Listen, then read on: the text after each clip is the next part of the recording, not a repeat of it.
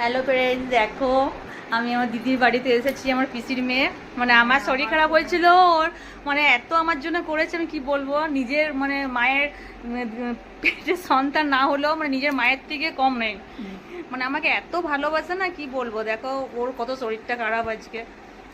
এই আমার দিদি, ওরই শরীর খারাপ, পায়ে ব্যথা, ও আসতে পারেনি। আমার বোনুর জন্য আমার খুব মনটা খারাপ হয়ে গেছিলো। বোনু দুদিন আগে খুব শরীরটা খারাপ ছিল, ওকে একেলডি হসপিটালে ভর্তি করলাম। ওর জন্য আমার খুব টেনশনটা বেশি বেড়ে গেছিলো।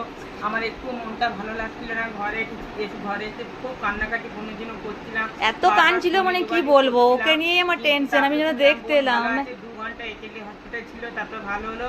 তারপরে আমার বড় বোনের বাড়ি চলে গেল। তখন আমার খুব ভালো লাগলো। আমার বড় বোনের কাছে গিয়ে 2 দিন ছিল, ওইখানে অল্প যত্নতে ছিল। তারপরে আজ কালকে রাত্রেবেলা বোনও এলো, কিন্তু আমি যেতে পারলাম না। প্রচন্ড আমার পায়ে ব্যথা ছিল, এত ব্যথা ছিল মানে কি বলবো।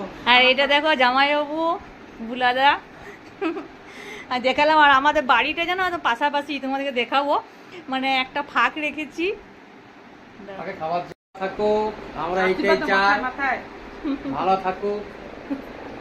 আর মানে আমার শরীর খারাপ হয়েছে, ওরা এমন করছে মানে কি বলবো। আর আমি আসতে পারছিলাম না, শরীরটা উইক।